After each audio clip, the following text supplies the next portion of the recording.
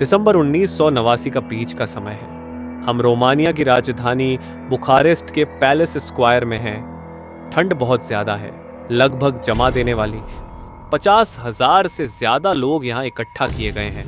कई लोगों को स्कूलों और ऑफिस से सीधे उठाकर लाया गया है। कुछ तो 5-6 घंटे से ठंड में खड़े हैं। सब एक ही आदमी का इंतजार कर रहे हैं, निकोलाई चाउशेस्कू। नमस्ते दोस्तों, मेरा नाम अमित है और मैं आपका स्वागत करता हूं अपने चैनल क्राइम्स एंड कर्सेस में। पिछले 24 सालों से वही देश का तानाशाह है जो अपने हिसाब से सब कुछ चलाता रहा है। कुछ दिन पहले टिमिशोरा शहर में एक पादरी ने उसकी सरकार की आलोचना की। जब सरकार उसे पकड़ने गई और लोगों ने विरोध किया तो चाउशेस्कू के सैनिकों ने सीधा फायरिंग कर दी। अब यह खबर पूरे देश में फैल चुकी है और जगह जगह प्रदर्शन शुरू हो गए हैं।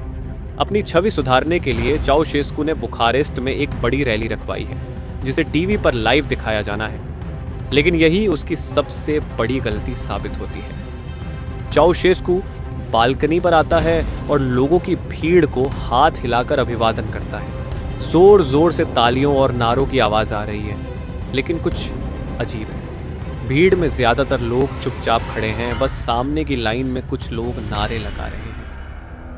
असल में ये तालियां और नारे नकली हैं। स्पीकर से रिकॉर्ड की गई आवाजें बज रही हैं। फिर चाउशेस्कू बोलना शुरू करता है। शुरुआत में सब ठीक लग रहा होता है, लेकिन तभी भीड़ के बीच से अचानक असली चीख पुकार सुनाई देती है। ये रिकॉर्डिंग का हिस्सा नहीं है। चाउशेस्कू की पत्नी एलेना चिल्लाती है, ये लोग अंदर आ रहे हैं। सुरक्षा गार्ड कहता है, ये लोग इमारत में घुसने लगे हैं। कैमरे वाले को पहले ही हिदायत दी गई थी कि अगर कुछ गलत हो जाए तो कैमरा ऊपर आसमान की ओर कर दे। अब प्रदर्शनकारी सीधे उस इमारत के नीचे पहुंच चुके हैं जहां चाउशेस्कू खड़ा है। वह और एलेना चिल्ला चिल्ला कर उन्हें रोकने की कोशिश कर रहे हैं। चाउशेस्कू मन ही मन बड़बड़ाता है, ये सब एक साजिश है। सुरक्षा गार्ड किसी तरह भीड़ को पीछे धकेलते हैं, लेकिन अब देर हो चुकी होती है। चाउशेस्कू भाषण में अचानक वेतन बढ़ाने और पेंशन में इजाफे की घोषणा करता है, लेकिन लोग अब उसकी बातों में नहीं आ रहे। भीड़ में से कई लोग अब घर जाने को तैयार नहीं हैं। वो गुस्से में सड़कों पर उतर आते हैं। चाउशेस्कू मुर्दाबाद के नारे लगाते हैं और आज़ादी की मांग करने लगते हैं। जब चाउशेस्कू को ये खबर मिलती है तो वो गुस्से से उबल पड़ता है। वो सेना, टैंक और अपनी गुप्त पुलिस को हुक्म देता है कि किसी भी तरह इस बगावत को दबा दिया जाए। सेना सड़कों पर प्रदर्शनकारियों पर गोलियां चलाती है। जो लोग इमारतों में छिपे होते हैं उन पर छतों से स्नाइपर्स गोली चलाते हैं। सुबह तक सड़कों पर इतना खून बह चुका होता है कि सड़कें साफ करने के लिए पानी की तोपें इस्तेमाल करनी पड़ती हैं। चाउशेस्कू को लगता है कि अब सब काबू में है। वो अपनी पत्नी से कहता है, अब सब फिर से ठीक हो जाएगा, लेकिन वो गलत होता है। अगली सुबह खबर आती है कि मजदूरों की भीड़ फैक्ट्रियों से निकलकर बुखारेस्ट की ओर आ रही है और इस बार पुलिस और सैनिक भी प्रदर्शनकारियों पर गोली चलाने से मना कर देते हैं, बल्कि कई तो प्रदर्शन में शामिल हो जाते हैं। चाउशेस्कू जल्दी से अपनी पार्टी के लोगों के साथ मीटिंग करता है। इधर सैकड़ों हजार लोग पार्टी ऑफिस को चारों तरफ से घेर चुके होते हैं।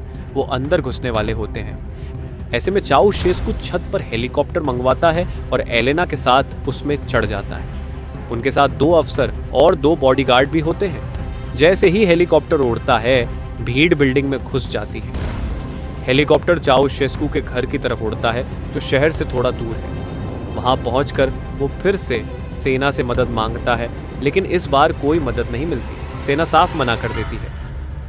पायलट कहता है कि हमें फिर उड़ान भरनी होगी और वजन कम करने के लिए 2 अफसरों को पीछे छोड़ देते हैं। अब वो एक और शहर की ओर उड़ते हैं जहां चाउशेस्कू को उम्मीद है कि शायद सेना उनका साथ देगी। लेकिन तभी रेडियो पर संदेश आता है, कोई भी अनजान हेलीकॉप्टर उड़ते हुए दिखा तो उसे मार गिराया जाएगा।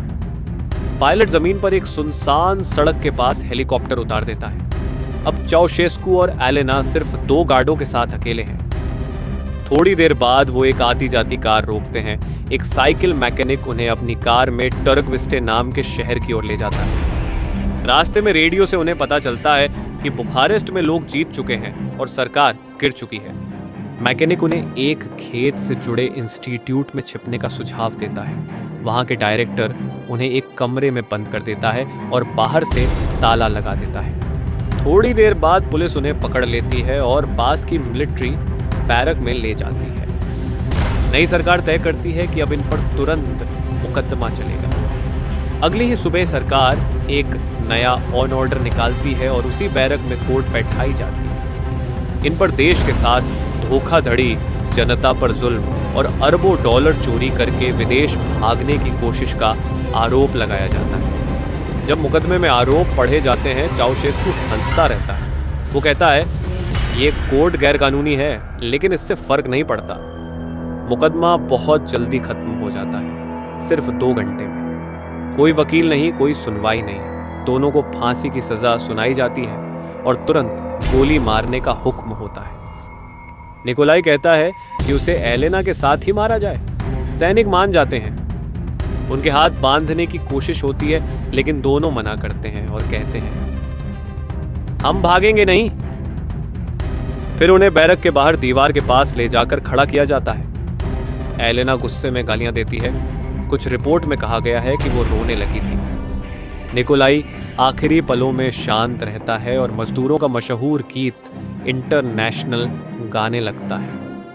अगले ही दिन टीवी पर उनकी लाशें दिखाई जाती हैं, ताकि देश को पता चल जाए कि अब वो लोग नहीं रहे। मई 1990 में रोमानिया में पहली बार आजाद चुनाव हुए। उसके बाद रोमानिया ने नाटो और यूरोपीय संघ EU में भी शामिल होकर एक नया रास्ता चुना, आजादी, लोकतंत्र और विकास का रास्ता।